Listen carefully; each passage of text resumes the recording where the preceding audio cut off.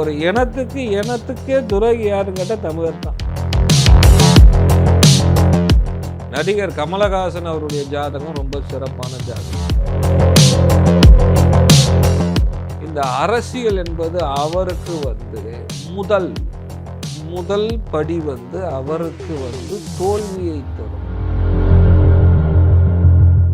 எம்ஜிஆர் ஆட்சியை நான் மீண்டும் தருவேன். எம்ஜிஆர் ஆட்சியும் காமராஜருடைய ஆட்சியையும் எந்த அரசியல்வாதியாலையும் தர முடியாது. தென்னைய வச்சா இளநீர், பிள்ளைய பெத்தா கண்ணீர். இப்ப அவரு பிள்ளைய பெத்த கண்ணீரை துடைக்கிறதுக்கு தென்னையில போய் நிக்கிறார். செய்த வினையின் பலனை தருவது சனியே ஆகும். அது யாரா இருந்தாலும். புது வரவுன்னு பாத்தீங்கன்னா தமிழக வெற்றி கழகம் தான். விஜய் ஒரு தமிழர் தான். ஆனா அவருக்கு ஃபுல் சப்போர்ட் இருக்கு. இளைஞர்கள் மத்தியிலையும் சரி, பெண்கள் மத்தியிலையுமே சரி, அவர் கூட்டம் எக்கச்சக்கமா கூடுது. அவரும் எம்ஜிஆர் ஆட்சியை நான் திரும்பி தருவேன், எம்ஜிஆருக்கு கூடின கூட்டம் இவருக்கு கூடுது, இவர் நான் தான் ஆட்சிக்கு வருவேன் அப்படின்னு கன்ஃபார்மா சொல்றாரு. கருத்து கணிப்புலையுமே இவருக்கு ஓரளவு, அதாவது நாம் தமிழர் கட்சியை விட மேல இவங்க ஓட்டு வாங்குவாங்க, இவங்களுக்கு இடம் இருக்குன்ற மாதிரி அந்த லோக்பால் கருத்து கணிப்பும் சொல்லியிருக்கிறாங்க சார். ஸோ அவரும் ஒரு தமிழன் தான். நான் கண்டிப்பா ஆட்சியை பிடித்திடுவேன் அப்படின்னு ரொம்பவே நம்பிக்கையா இருக்காரு. நீங்க சொல்றீங்கல்ல, தமிழன் ஆள்றதுக்கான ஒரு கட்டம் ஜோசியத்துல இல்ல, ஜாதகத்துல இல்லைன்னு சொல்றீங்கல்ல. இப்ப விஜய பொறுத்த ஆளக்கூடிய யோகத்தை கொடுக்காது. அதாவது கூட்டணியில ஆளக்கூடிய யோகம் கொடுக்குமே தவிர, இவரே நேரடியாக ஆளக்கூடிய யோகத்தை இந்த தமிழரே ஆளக்கூடிய தமிழ்நாட்டை அந்த யோகத்தை கொடுக்காது. ஏன்னா உலகத்திலே அந்த ஒரு இனத்துக்கே துரோகி யாருன்னு கேட்டால் தமிழர் தான். உலகத்தில் வேற யாரும் இல்லை. அவங்க இனத்துக்கே அவர்கள் துரோகியாக இருக்கிறார்கள். இதுதான் உலகத்தில் ஒரு உண்மை. பெரும் அறிவாளிகள், பெரிய சிறப்பு உள்ளது இந்த செவ்வாயுடைய ஆதிபத்தியம் உள்ள இந்த நாட்டில் தமிழர்கள் ஆள முடியாது. அது யோகத்தை கொடுக்காது. Okay sir. இப்ப ஜோதிடர் ஷெல்வி அவங்க ஒரு ஸ்பீச் ஒன்று சொல்லியிருக்கிறாங்க. என்ன அப்படின்னா, விஜயனுடைய அந்த வாகனம், பரப்புரை வாகனம் ஒரு துர்மரணத்தை ஏற்படுத்துற வாகனம் தான். அந்த வண்டி எப்ப வருதோ அப்ப மக்கள் பத்திரமா இருக்கணும். ஏன்னா அது கண்டிப்பா பல உயிரை காவு வாங்கும். ஏப்ரல் 20 வரைக்குமே விஜயனுடைய அந்த பரப்புரை வாகனம் வெளியில வராம இருக்கிறது நல்லது அப்படின்னு அவர் கணிச்சு சொல்லியிருக்காரு. அதே மாதிரி நேற்று கூட திருப்பூர்ல பரப்புரையின் போது ஒரு 10 பேர்கிட்ட மயங்கி விழுந்திருக்காங்க. உயிருக்கு எந்த ஆபத்தும் இல்லை அப்படின்னாலும் மயங்கி விழுந்திருக்காங்க வெயிலினுடைய தாக்கத்தினால. இப்ப விஜயனுடைய அந்த பரப்புரை வாகனம் உண்மையிலேயே ஒரு துர்மரணத்தை ஏற்படுத்தக்கூடிய வாகனமா அப்படின்னு சொல்லல. அதாவது இன்னைக்கு அரசியல்ல பார்க்க சொல்ல, சினிமா நடிகர்ல எம்ஜிஆருக்கு அடுத்தது யாருமே இல்லை. ஏன்னா உலகத்திலே பொன்மலை செம்மல் என்று ஒரே ஒருத்தர்னா அவர் மட்டும்தான். அதாவது விஜயகாந்த் சார சொல்லுவாங்களே சார், அவர் மக்களுடைய தலைவரா அவரும் வாழ்ந்தார். ஆனால் எம்ஜிஆருடைய இடத்தை நிரப்புறதுக்கு யாருமே இல்லை, எதுக்கிறதுக்கும் யாருமே இல்லை. எதிர்த்தவங்களும் அவருக்கு அதான் சொல்ல, அவர் நிம்மதியா இருந்ததில்லை. அவரை எதிர்த்து யாருமே நிம்மதியா இருந்தது. அவ்வளோ பெரிய தலைவர், அவருக்கு கருணை மனமும் இரக்க குணமும் அதை தான் அவருக்கு இந்த உலகத்துல செல்வாக்கு கொடுத்தது. அவர் இறந்து 39 ஆண்டுகள் ஆனாலும் அவர் பெயர் இருக்குது. இன்னும் அவரால் வாழறவங்க நிறைய பேர் இருக்கிறாங்க. அதனால அரசியல்ல எம்ஜிஆரோட எந்த தலைவரையும் நம்ம இணைச்சு பேசுறது இல்லை. விஜய் அவங்களே பெருமையா சொல்லிக்கிறாங்க, எம்ஜிஆர் ஆட்சியை நான் மீண்டும் தருவேன். எம்ஜிஆர் ஆட்சியும் இப்போது காமராஜருடைய ஆட்சியையும் எந்த அரசியல்வாதியாலையும் தர முடியாது. இதுதான் உண்மை, இதுதான் உண்மை. இந்த ஆட்சியை யாரும் தர முடியாது. இது இவங்க தரதான். இப்போ இருக்கிற சமூகத்தில் இவங்க நல்ல சமூகத்தில் எந்த பிரச்சனை இல்லாத எல்லாருக்கும் சரிசமமான ஆட்சியை இப்போ கொடுத்தாங்கன்னா அதுவே போதும். இவங்க இந்த காமராஜர் ஆட்சியை நான் தரேன், எம்ஜிஆர் ஆட்சியை தரேன்னு சொல்லிட்டு இவங்க யாருமே காமராஜரும் இல்லை, எம்ஜிஆரும் இல்லை, பொது நல தியாகிகளும் யாருமே இல்லை. இப்போ இருக்கிற அரசியலில் சொல்கிறனால இந்த கிரகத்துடைய அமைப்பிலும் சொல்றேன். Okay sir. அதனால அப்படிதான் இருக்குது. அதாவது ஒரு மனிதனுக்கு யோகத்தையும் சிறப்பையும் உயர்வான ஒரு பதவியும் கொடுக்கக்கூடியவர் சனி. அந்த சனி வந்து யாருக்கு பலம் பெற்று உச்சம் பெற்று இருக்குதோ அவர்கள் அரசியலில் பெரும் செல்வாக்கு பெறுவார்கள். எந்த அரசியல்வாதிக்கும் தனக்கு யோகம் அல்ல, பொது நலமே இவர்களுக்கு யோகத்தை தரும். இவர்கள் பெரிய வளரும். அழியாத புகழ் தரக்கூடியது இந்த சனி. அந்த சனியின் போது பார்க்கறதுனால இந்த ராசிகளை வந்து பார்க்கும்போது அந்த சனியுடைய ஆதிபத்தியத்தில் இருக்கும் பொழுது இப்போ இந்த அரசியலில் வந்து யோகத்தை இப்போ கொடுக்கும். யாருக்கு கொடுக்கும்னா குருவுடைய ஆதிபத்தியம் புண்ணியம் உள்ளவர்கள் வெற்றி பெறுவார்கள். யோகம் இருக்கிறவங்க வெற்றி வெற்றி பெறுவாங்க. பெறுவாங்க. சனியுடைய ஆதிபத்தியம் இருக்கிறவங்க வந்து அரசியலில் வந்து யோகம் பெறுவாங்க. தலைமை பண்புல அவங்க இருந்து நாட்டை வந்து ஆட்சி செய்வாங்க. Okay sir. இப்போ அடுத்ததா பாத்தீங்கன்னா பாட்டாளி மக்கள் கட்சி, டாக்டர் அன்புமணி ராமதாஸ் அவங்க வந்து அந்த கட்சியில இருக்கிறாங்க. ஆனா அவங்க அப்பாவை வந்து அந்த கட்சியில இருந்து இல்ல, தலைமையா இருந்த ராமதாஸ் ஐயா இப்ப இல்ல, அவங்க தனியா வேற கட்சி ஆரம்பிச்சிட்டாங்க. இப்ப டாக்டர் அன்புமணி ராமதாஸ் அவங்க வந்து எவ்வளவு வாக்கு வித்தியாசம் அவங்களுக்கு கிடைக்கும்? அந்த தொகுதியில அவங்க ஜெயிப்பாங்களா? அவங்களுடைய கிரகங்கள் என்ன சொல்லுது? இப்போ ஒரே ஒரு செயல் சொல்றேன். ஐயா ராமதாஸ் அவர்கள், அதாவது தென்னைய வச்சா இளநீர், பிள்ளைய பெத்தா கண்ணீர். இப்போ அவரு பிள்ளைய பெத்த கண்ணீரை துடைக்கிறதுக்கு தென்னையில போய் நிக்கிறார். அவருடைய சின்னம் தென்னை மரம். தென்னை மரம் அவங்க கூட கூட்டடி சேர்ந்து நிக்கிறாங்க. இங்க பெத்த புள்ளையே ஒருத்தருக்கு துரோகி ஆகுறாங்க, ஒருத்தர் வளர்த்தவங்களே துரோகி ஆயிட்டாங்க. இவங்கெல்லாம் இணைஞ்சி போய் நிற்கிறாங்க. அவங்களுடைய கட்சியும் இன்னைக்கு ஒரு நிலைக்கு வரும். ஒரு மாநில அந்தஸ்துக்கு அவங்க வந்து வருவாங்க. ஏன்னா துரோகத்தால எல்லாரையும் துரோகம் பண்ணிட்டு அவங்கள ஏமாத்திட்டாங்கல்ல எல்லாரும் கூட. சசிகலா அம்மையாருக்கு வந்து இபிஎஸ் வந்து துரோகம் பண்ணிட்டாங்க, கட்சியில இருந்து நீக்கிட்டாங்கன்னு சொல்றீங்க. சசிகலா அம்மையார் அவங்களே ஜெயில இருந்த ஒரு கைதி, அது மாதிரி தானே? அதாவது நல்லவர்களுக்கு தானே இந்த புண்ணியம் யோகம் இதெல்லாம் வந்து கிடைக்கும். ஒரு இதுல சொல்லுவாங்க, உடுக்க இழந்தவன் கை போல் அங்கு இடுக்கம் களைவதாம் நட்புன்னாங்க.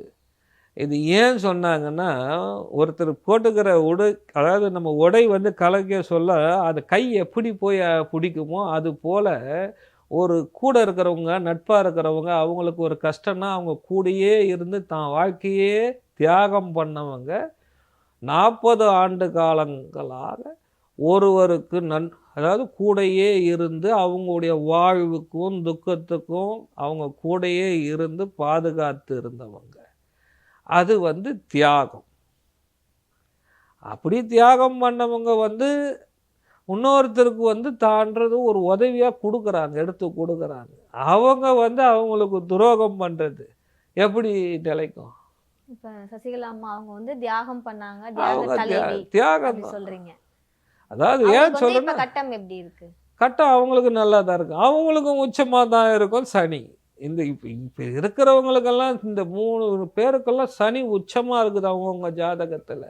சனி வந்து ஒருத்தருடைய செய்த வினையின் பலனை கொடுக்கும். சனி வந்து மாறாது, சனியுடைய குணம் மாறாது. செய்த வினையின் பலனை தருவது சனியே ஆகும். அது யாரா இருந்தாலும் எவ்வளவு பெரிய பதவி உயர்வு இதெல்லாம் இருந்தாலும் ஞான அறிவு இருந்தாலும் அவர்கள் செஞ்ச பாவத்துக்கு இந்த சனியே தண்டனை கொடுப்பார்.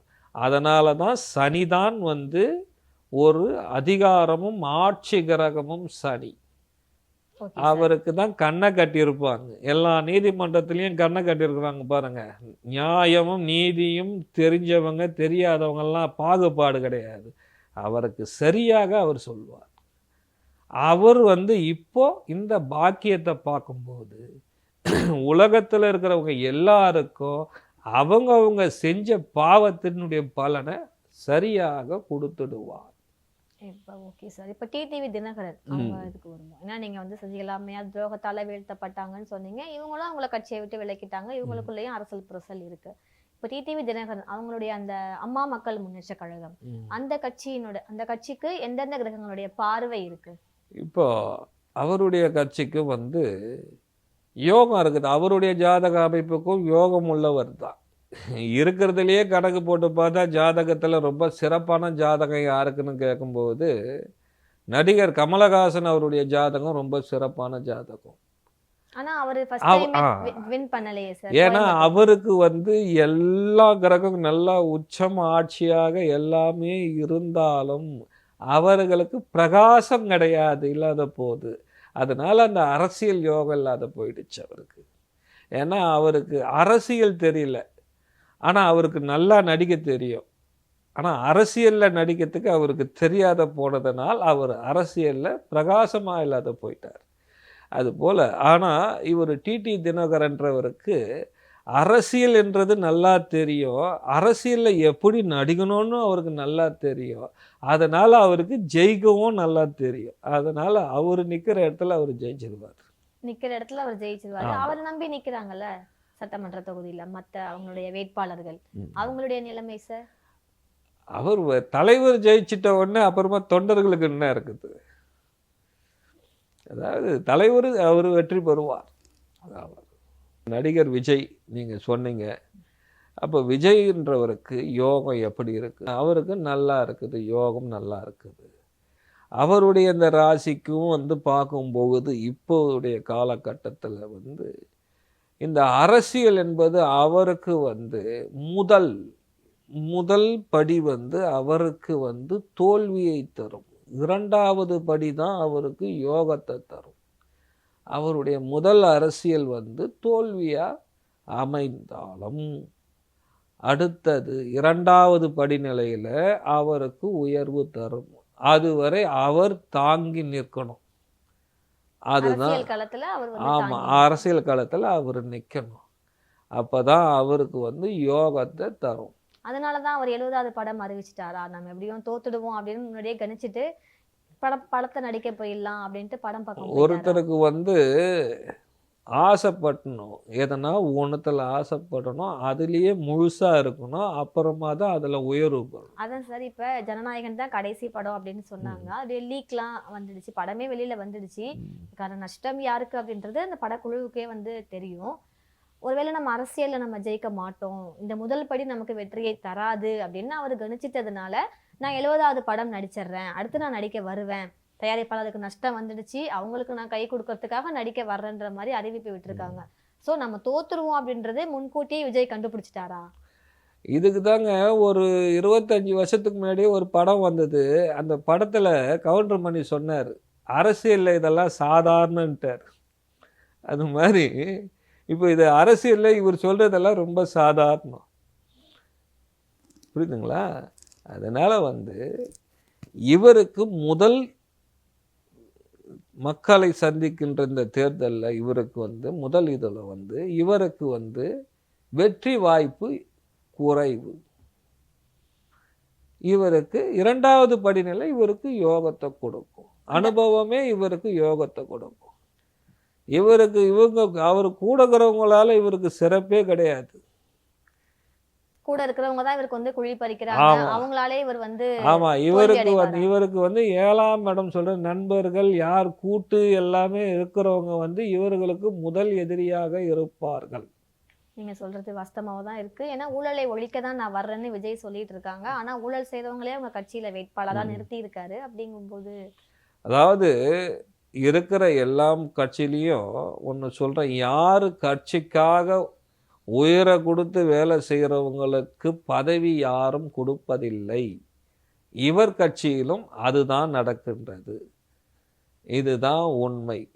ஏன்னா சனி என்னும் கிரகத்திற்கு சூரியன் என்னும் கிரகமும் பகை, செவ்வாயும் பகை, குருவும் பகை அல்ல, இரவும் சமம். அதனால் ஒரு தியாகி அதாவது மக்களுக்காக நன்மை செய்ய யார் நினைக்கிறாங்களோ அவங்களுக்கு அரசியலும் பகை, அரசாங்கமும் பகையாகும். அதனால தான் சொல்கிறேன், பெரிய தியாகிகளுக்கு வந்து ஒன்றும் இல்லை, யார் வந்து நல்லது நினைக்கிறாங்களோ அவர்கள் கூட இருக்கிறவங்கள அவங்கள கெடுத்துருவாங்க. ஸோ அப்ப விஜய்க்கு வந்து எதிரி வேற யாரும் கிடையாது, அவரும் அவர் கூட இருக்கிறவங்களும் தான். அவங்களே கெடுத்துருவாங்க. Okay sir. நடிகர் விஜய்க்கு நீங்க சொல்ற குருவின் பார்வை, சனியின் பார்வை, சூரியனின் பார்வை எல்லாம் இருக்குதா? அவருக்கு சிறப்பா இருக்குது. அவருக்கு வந்து நல்ல யோகம் இருக்குது. அதாவது அவருக்கு நீச்சபங்க யோகம் உள்ளவர், நீச்சபங்க ராஜயோகம் உள்ளவர்கள். அப்படி இருக்கிறவங்களுக்கு முதல்ல கெட்டு போன மாதிரி போயிட்டு அதுக்கப்புறமா வந்து அவங்களுக்கு யோகத்தை கொடுக்கும். இதே போற மாதிரி போய் அப்படி போயிடும். யோகத்துக்கு அதான் நீச்சபங்க ராஜயோகம். கெட்டும் சிறப்பு கொடுக்கக்கூடியது. விபரீத ராஜயோகம் உண்டு. அதே மாதிரி இந்த ஓபிஎஸ் அவர்களுடைய ஜாதகத்துக்கும் வந்து விபரீத ராஜயோகம் உள்ளது. அவருடைய யோகமும் நல்ல அழகாக வேலை செய்யும்.